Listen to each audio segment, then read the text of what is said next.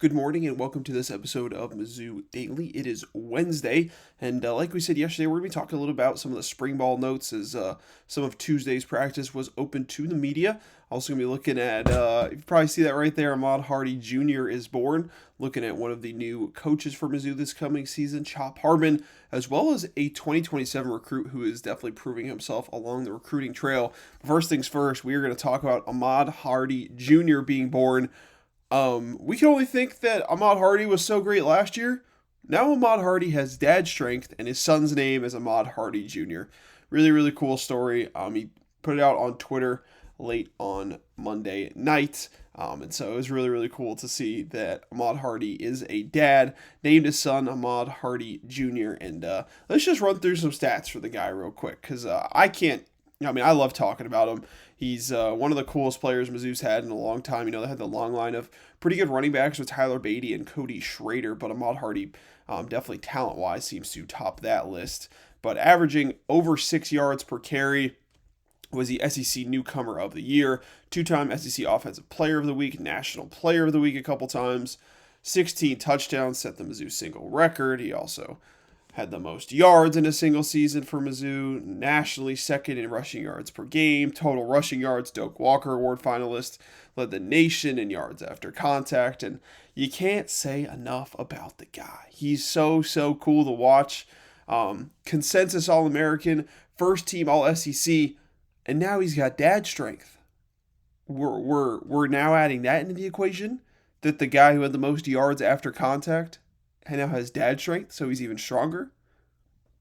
Watch out, SEC, because Ahmad Hardy with dad strength is coming. Ahmad Hardy Jr. is going to be a heck of a running back in the future, maybe. But just really, really cool to see. Really, really happy for Ahmad Hardy to see that. And him and Jamal Roberts, going to be a heck of a combo. Mizzou might not need to throw the ball as much this year. We kind of talked about that in a couple of episodes, but with that power back tandem, not even a power back tandem, it's an everything back tandem.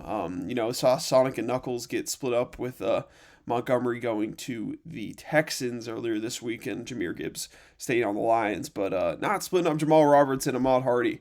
The two of them really, really excited to both be Missouri Tigers again. So in reports, Ahmad Hardy loves being at Mizzou. He's at the basketball games, he's around campus, and it's just awesome to see him kind of immersed in the culture in Columbia, immersed in being a Missouri Tiger. You don't see that a lot nowadays with kids kind of transferring schools all the time, but he's truly immersed himself in Columbia, Missouri, being a Missouri Tiger. Really, really cool to see. Got his horses we talked about as well. Pretty awesome to see Ahmad Hardy being a Missouri Tiger, having a son. Of course, he missed spring practice for good reason. Having a kid is a pretty good reason to miss practice, I would say. And Alan Iverson would say, we're talking about practice. No, Alan, we're talking about Ahmad Hardy having a kid. But we're going to switch things up a little bit, talk a little about that spring ball. So Blake Craig is kicking. That is probably the best news for any Mizzou fan in a little while, we'll say. The whole kicking situation was not great, to say the absolute least, last season. But for Blake Craig to be nailing field goals. So these are all reports from 247 Sports and Power Mizzou on Twitter, as well as on their website. But it did look like Blake Craig was lining up for few field goals. He hit all three of them from 35-plus yards out. They also ran a fake field goal, so none of the transfers really have numbers yet. Austin Simmons is throwing in a numberless jersey, but he's a lefty, so you can kind of see which one he is of the quarterbacks. He's not exactly the toughest guy to spot. Pretty tall guy, and he throws the ball with a different arm than everyone else. And so pretty interesting there. Some other interesting news. So like I was saying, not a lot of transfers have those numbers.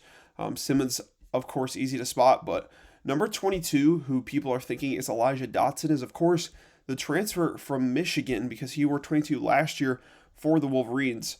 The fact that he already has a number per se, it's not confirmed, but due to the multiple reports you've seen on Twitter, you've seen online, it does appear that he's number 22, which means he's probably going to have a starting role. When you get a number that quick as a transfer coming in, you've already proved something in the first couple days of spring ball. You've already kind of shown what you could do.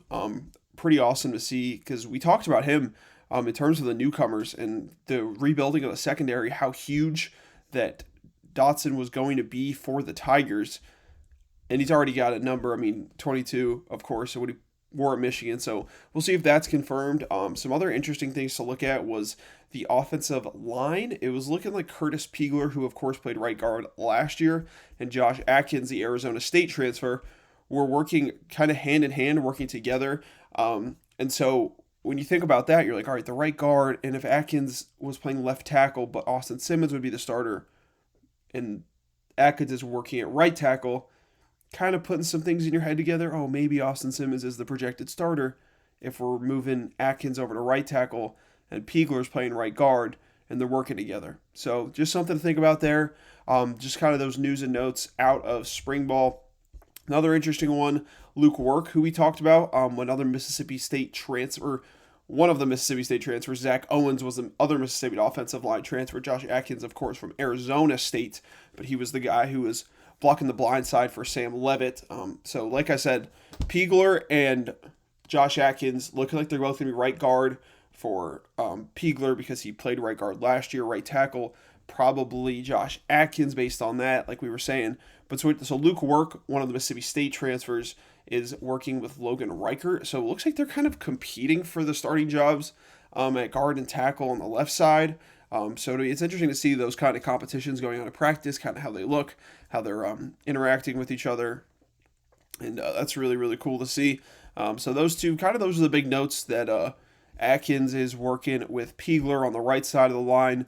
We got a number for Dotson at 22 and Blake Craig kicking field goals. Probably the coolest news out of spring ball on Tuesday because we need Blake Craig kicking field goals. There's Craig the leg. He tore his ACL in August. It's early in March, and he's kicking field goals. Great sign for Mizzou. Switching things up a little bit. So we talked a little bit last episode about how defensive tackle is going to be a struggle for the Tigers. They've got a new defensive line coach, Chop Harbin. First name is, of course, not Chop, but it comes from pork chop. Real name is Lavorne Harbin.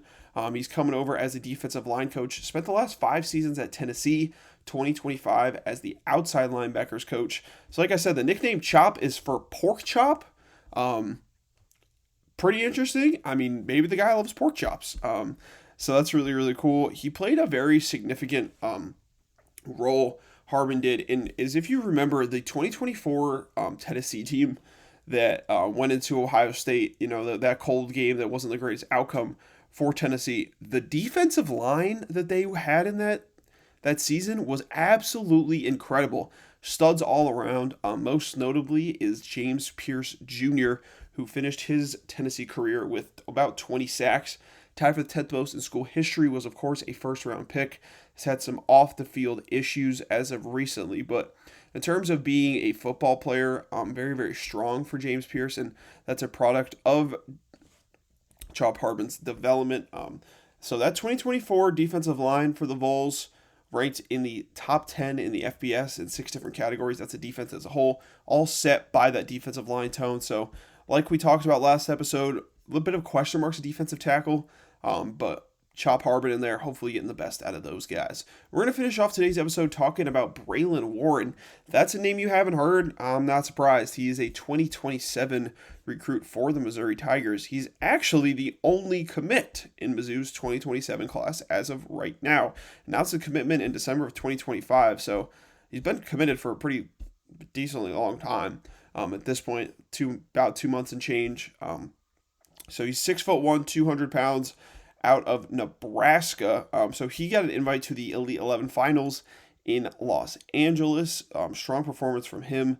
So he led Omaha Westside to the Class A semifinals before falling to the champs. He had just about 2,000 yards, 27 touchdowns. Also about 300 yards on the ground and 3 touchdowns. So if the Elite 11 sounds familiar, it should. Some of the quarterbacks that have participated in the Elite 11 finals include Stafford, Andrew Luck, Jameis Winston, Jared Goff, Kyler Murray, Trevor Lawrence, Bryce Young, and Caleb Williams. So it often features, those Heisman guys, some top draft picks. Really, really cool to see that Braylon Warren, he's the only commit right now for the Tigers in 2027, is participating in those. Great future for the quarterback position for Mizzou with Braylon Warren being invited to those Elite 11 camps, those Elite 11 finals. You like to get that exposure for your guys. especially for Bradley Ward, coming from Nebraska, coming from Omaha West Side. So junior season for him going into his senior year, of course, next year. So we'll kind of see what comes out of it, but pretty awesome to see 32nd ranked quarterback by 247. But for him to be the Elite 11 finals, some of those rankings could change. So we'll see what happens there. But that's going to do it for today's episode. We'll have more on some spring ball and more on Thursday. Have a great rest of your Wednesday.